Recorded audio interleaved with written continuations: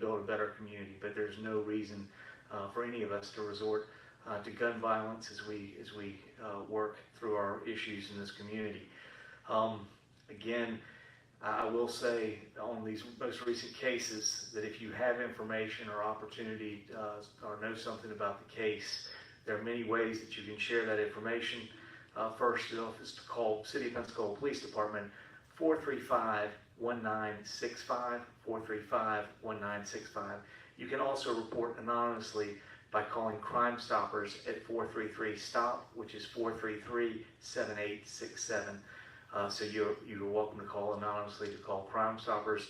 And also you can go to the Pensacola Police website at pensacolapolice.com and fill out an anonymous tip form.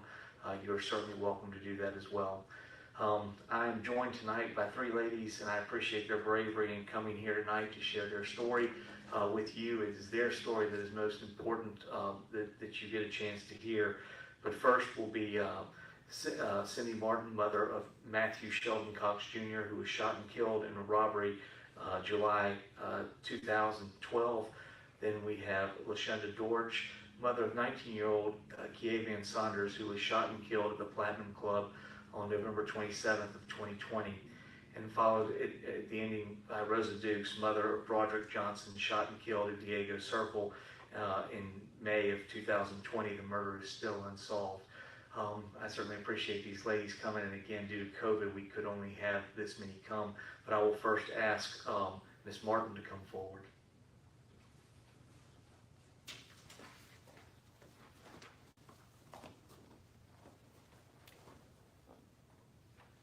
Good afternoon, everyone. I'll tell you, it's been 8 years, and it's really not easy standing up here today.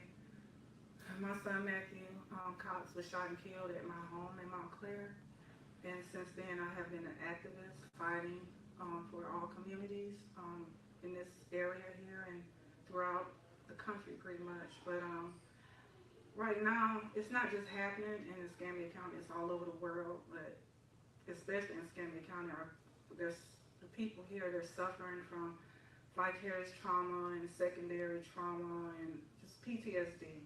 You know, we got a lot of retaliation, and that's not the answer. It's not. Every time I see another mother get hurt or a child, you know, get killed, it hurts me. I've been up for 3 nights, and it's really hard. I've kind of been out of the loop the last 6 months because I've been working a lot, but now a lot of stuff is coming to me. I miss a lot of people, and I don't know everybody, and I wish I knew all of the mothers, and I wish we could all stand together in unison. It's kind of hard for me to have this organization because, you know, we got mothers on the east side, on the south side, on the west side. I don't know who gets along with who, and it's really not easy for me. And I just wish y'all would make it easy for us. Put the guns down. There's a lot of cold cases out there. Tell what you know. You can save somebody's life. Tell what you know. And I know a lot of it is mistrust. It's mistrust because we don't have trust in law enforcement. So that's why a lot of y'all that's maybe listening take matters in your own hands, but that's not going to work. We're doing everything. I'm doing everything I can to bring jobs here, livable wage jobs, training, jobs where you can have that don't take a lot of skills. We need neighborhood jobs. We need schools. Schools bring the jobs. When the schools leave, the job leaves. But just hang on, because I know to ask y'all to stop selling drugs and stop killing people, that we have to offer y'all something. We have to give y'all some type of incentive. If you say, tomorrow, no, I'm going to put the guns down, tomorrow I'm going to stop selling drugs or whatever, hustling, what do you have for me? So we are working on solutions. We want you guys to put the guns down. It's hurting us mothers. It's hurting me. It's hurting me. I screamed and I cried after my son got killed. I said, please don't go after these young men. Please don't. And Matthew's friends, they respect that. They look up to me. Miss Rose, she did the same thing. She cried out and she said, please, you might save somebody's life. If you know what's getting ready to happen, what has happened, contact one of us mothers. If you don't feel comfortable with the police, drop an envelope in my mailbox, send it to my beauty shop. Those who know, I have a lot of clients out there and a lot of friends, and I know a lot of people out there. But I'm begging, I'm pleading. This is my baby Matthew. Do it for Matthew. Do it for Matthew. peace for Matthew. Have peace for Matthew. Thank you, Ms. Martin. Ms. George, if you want to come forward.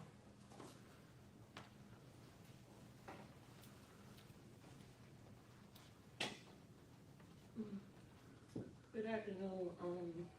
I'm sorry. I'm kind of, it's just happened. My son, it's only been a week today since he's been gone, so it's kind of hard for me to stand up here right now. But my son, Keaton Sanders, he was only 19 years old. He didn't deserve this. He still had his whole life ahead of him. He was only going out to have fun with his friends. Because it was Thanksgiving, it was a holiday. I didn't think that when I got that call that night that I wasn't going to see him no more after he walked out my house that night. So, but I just want to say, I just want to just put the guns down. Please, it's just stop the violence, because it's crazy. My baby is gone, I'm sorry. Sorry. My baby is gone. He was only 19 years old. So, just please, just stop it, please. Like I said, I don't want no retaliation, because it's not going to bring him home. It's not going to bring him back. It's just going to be another life gone, or somebody ended up in prison. I do not want that, Just please, just stop. I'm sorry, I can't. I'm sorry. No, thank you. Thank you for sharing. No, Ms. George, thank you for sharing. I think that's very important, and certainly knowing that your son was the most recent victim, I think it is certainly important for us to stop and put the violence. Ms. Dukes, if you would come forward.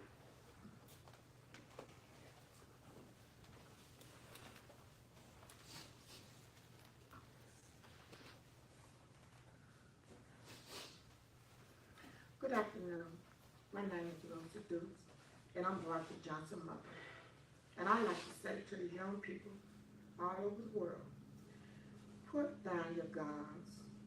It is a better way to solve an issue, or whatever it may be, without you taking the life of someone else's child.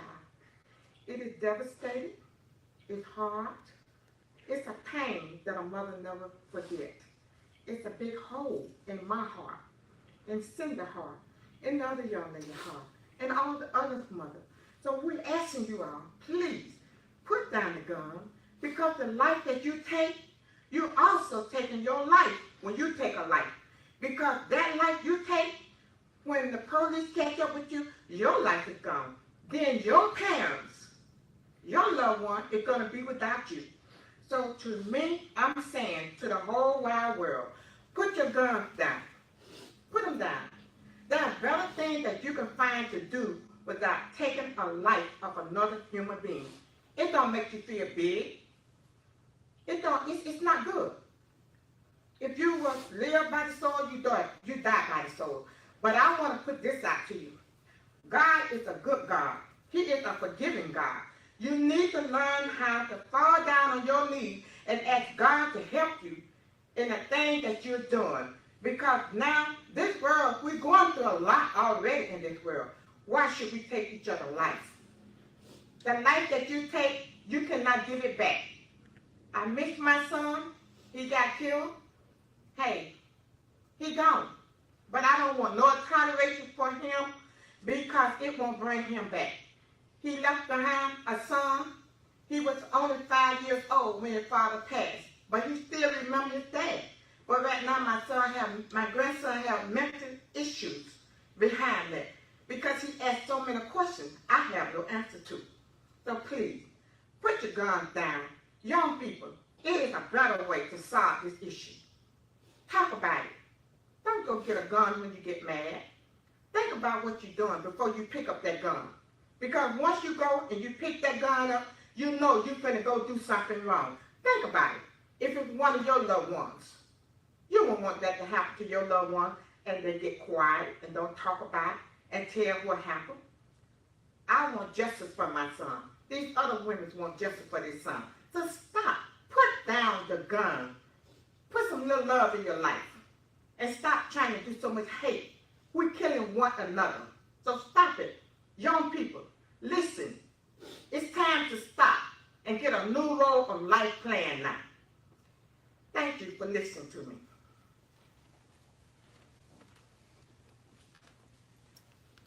Ladies, thank you, all of you, for coming up here. I did have someone else that has a few remarks they wanted to make. It is our newest council member, one of our newest council members. We have from Valerian Wiggins from District 7, who's jumped right into this, and certainly understand that many of these shootings have taken place in District 7, has wanted to figure out how to solve it. I would ask Councilman Wiggins to come forward and share a couple of words.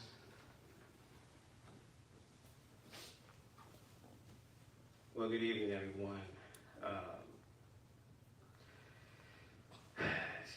It's tough to stand here and not become emotional and frustrated with a lot of the things that's going on in our communities. One thing that I do want to say is ceasefire, ceasefire, ceasefire. Young men in our community, I'm asking you to cease fire. If you have a gun, put your guns down. Let's come up with a better way that we can sit down and talk and discuss these issues in our community. Ceasefire, ceasefire, ceasefire. Mothers are hurting, fathers are hurting, communities are hurting. It is time for us to come together to resolve some issues. Miss Rose, I've seen you, Miss Cindy, for many years, and I understand your pain. I too has lost a member of my family many, many years ago, Devin Kennedy, who was gunned down and found in Baldwin County. Miss Deutsch, I can't even imagine how you feel right now. So I'm asking all of you OGs and people who are relevant in our community, that are being silent in our community, I'm asking you now to stand up and let's start working together to bring an end to this gun violence of our young men. The average age now that I'm seeing with gun violence in our community is less than 25. We got to come up with a way. So let's start now with coming together and figuring out what we need to do to solve some of these issues. I am here to work with you, and my heart, my prayers go out to each and every one of you. And again, ceasefire, ceasefire, community, let's cease fire. Thank you.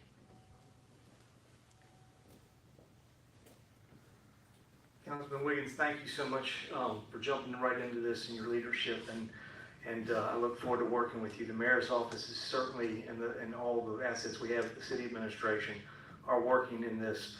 One, to certainly stop the gun violence. And again, if you know something and you have the opportunity, you can either report it to the police department. I think Miss Martin indicated you could certainly contact her, but there's also obviously Crime Stoppers. You can call anonymously or fill out an anonymous tip form with PensacolaPolice.com.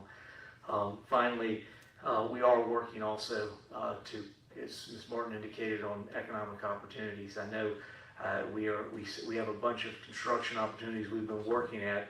I've talked with Commissioner May, and I think you probably see the Brownsville annex they're looking to do that is looking to potentially do more apprenticeship work. We've certainly worked in and brought in ST and doing a number of things with aviation at George Stone, and are looking to expand those opportunities as well. So we have economic opportunity here. We want you to find a different path in education. And we certainly, our heart is with the women that are here tonight and all those that couldn't be here because of COVID and we couldn't take any more. Our heart is certainly with you. Mrs. Dortch, Mrs. Dukes, and Mrs. Martin, thank you very much for being here tonight and sharing your message. I can say I was powerfully moved by each of you and your witness here tonight, and I hope others that are watching this will be powerfully moved to make a decision to put down their weapons and work with us so that we can build a better Pensacola. Thank you very much for being here, and thank you for taking the time to watch this evening, and I please hope you will heed the advice of these women and Councilman Wiggins, and as you look forward, heed their advice to put down your weapon. Thank you.